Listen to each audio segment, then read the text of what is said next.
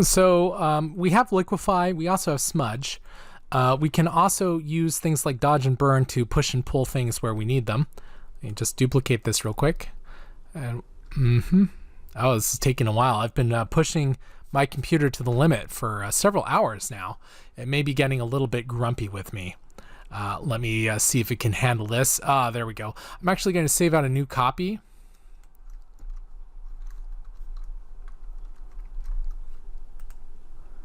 Since I'm having these weird issues. And I'm going to throw away this big old chunk here that's eating up a lot of space. And maybe all of these guys, I'm not using them either.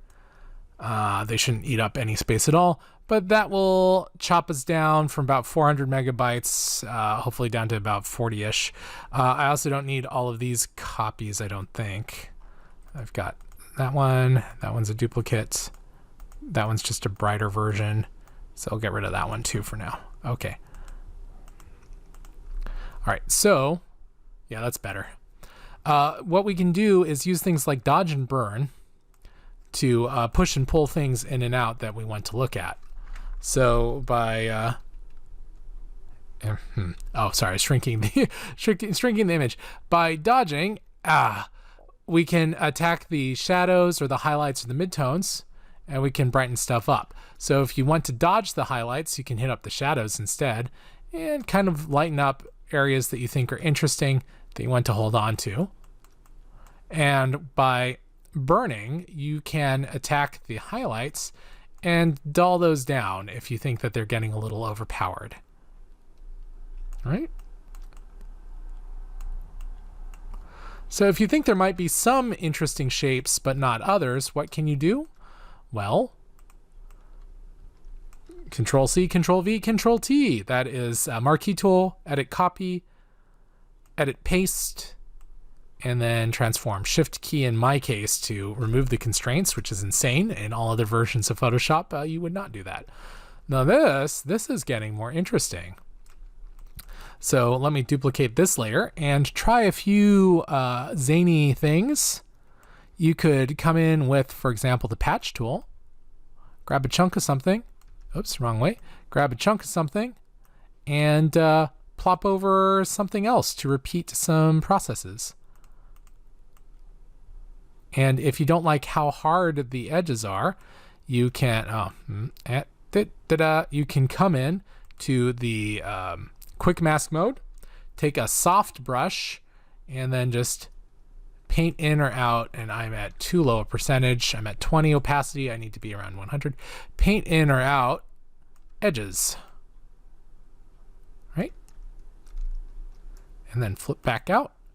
And now, whoomph, you can see that it has a slightly different effect. And let's do maybe this weird little chunk. And I left that too hard, so let's do one more thing. Now I should be able to do a blur on this, and that will just allow me to blur the edges out right away. There we go. And then pop out, move around. And I think that's a little more palatable. And again, quick mask mode, filter, if I can reach that, blur, Gaussian blur. Just because I want to hit the edges.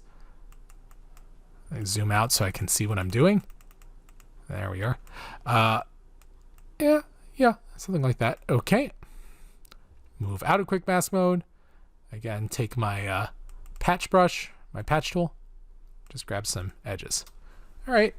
Look at that. That's starting to get a little more interesting, isn't it? And it's come a long way from the originals. Like all together. What if we reuse some of this?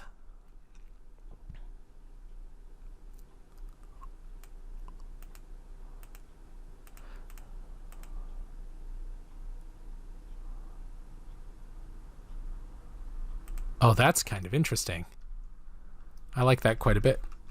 Now's probably a good time to save. All right. So we're starting to get some interesting shapes in here. So now would be, oh yeah, actually I think I like this a lot. I think that there's a lot to work with. And hopefully I've been taking notes. In this case, I've been recording the screen so I can talk about what effects started to occur here. So I might say that finding the edges, for example, allowed me to get a grasp on things. But then when I zoomed in a lot by moving the marquee around, I started to get bigger, more defined shapes, which were quite good. And then I could say that I came in and then cloned some of those to get those adjusted. All that would be true. So this is a good start, but I'd want to move things around so that I could follow the principles of design a little bit more.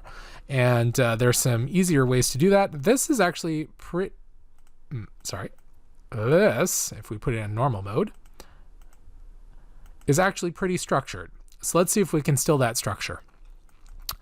I'm going to go to filter. No, I'm actually going to go to image adjustments and posterize.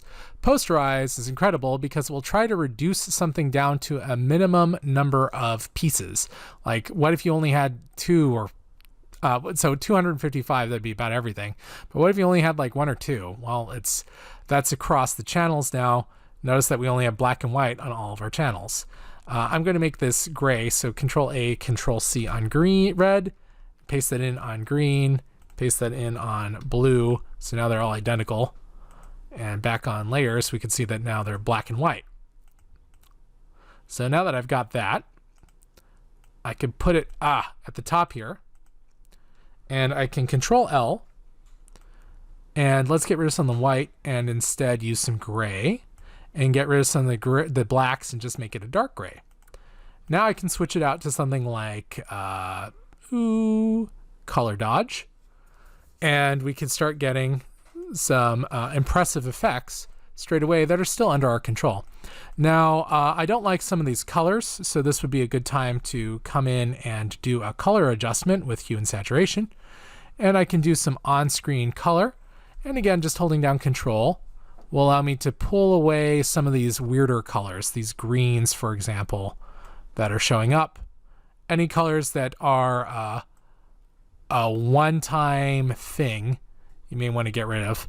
I'm going to desaturate these just by grabbing it and dragging it. No shame in that. Control-Alt-Shift-E to create a new duplicate. Let me turn those off. Before, after. I think that's getting pretty interesting. I would like to move some pieces around though, so it might be time to do a little bit of liquefaction. So let me duplicate this, and well, I could just make it a smart object actually. Convert to smart object, filter, liquefy.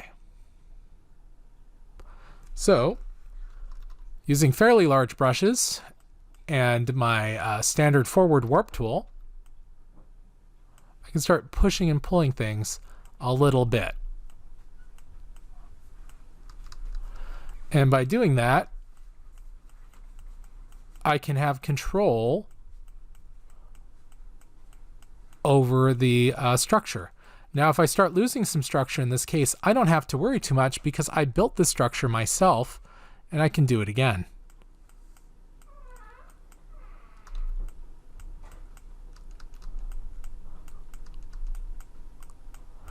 And remember, you have other tools at your disposal, such as the smooth tool. This could be fun now.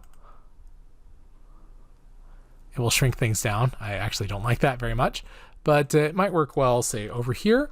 Oh. The smaller brush that has a higher density and a faster rate. There we go. Start smoothing that out just a little bit.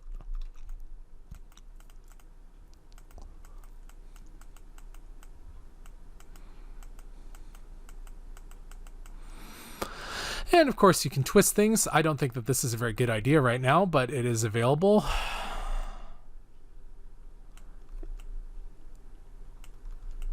If you so desire, just put a little spin.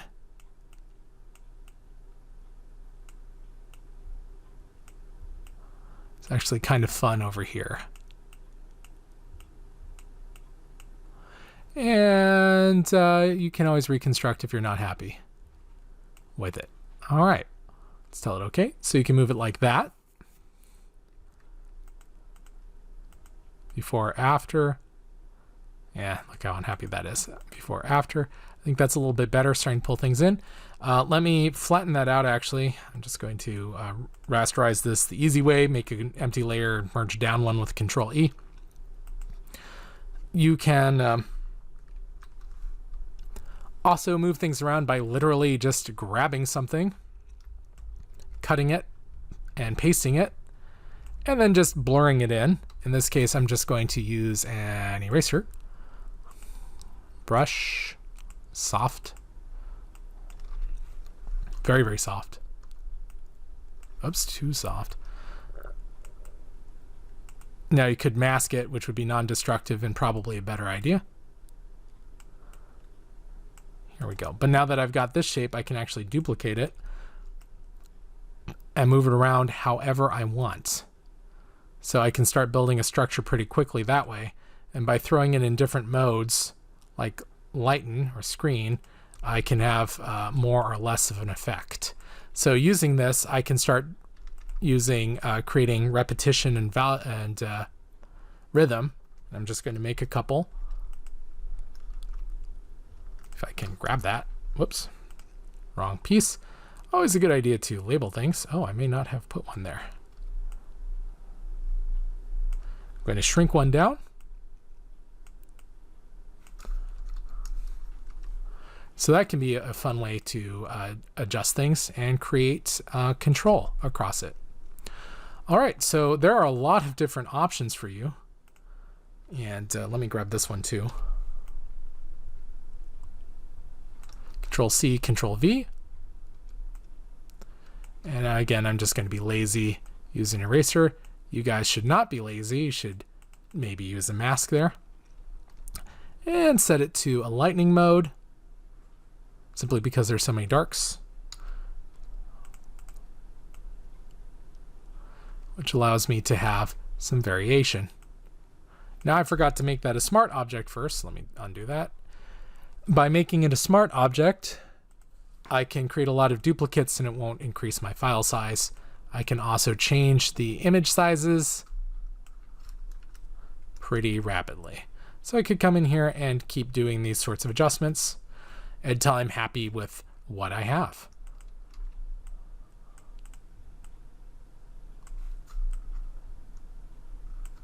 Maybe line that one up.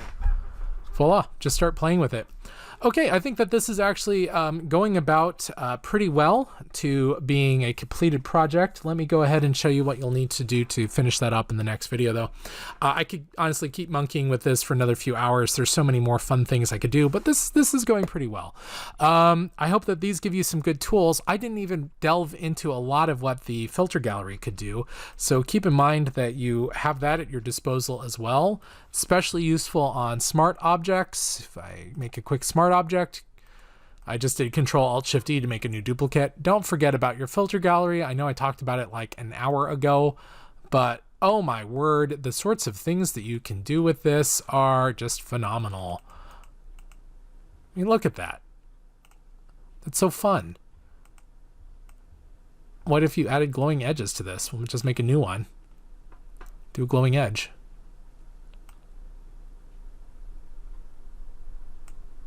Tell it okay. Now that I've got all this, I could just throw it in like a screen mode and drop it down. And that gives it an overall texture that still blends in with everything else. I think that's overkill in my case, so I'd probably drop it down even further. Just have something a little subtle in the background. Maybe not 1% subtle. But don't forget to explore your filter galleries. Explore all this. I recommend Googling things the minute you're not sure what it does. It takes like 5 minutes to start finding. You go Photoshop, filter gallery, edge, and then the setting that you're looking for. If I was in like edge or find edges or whatever, that kind of stuff. All right, let me show you what you need to do to get this image ready to go, and then you'll be ready to roll on your own.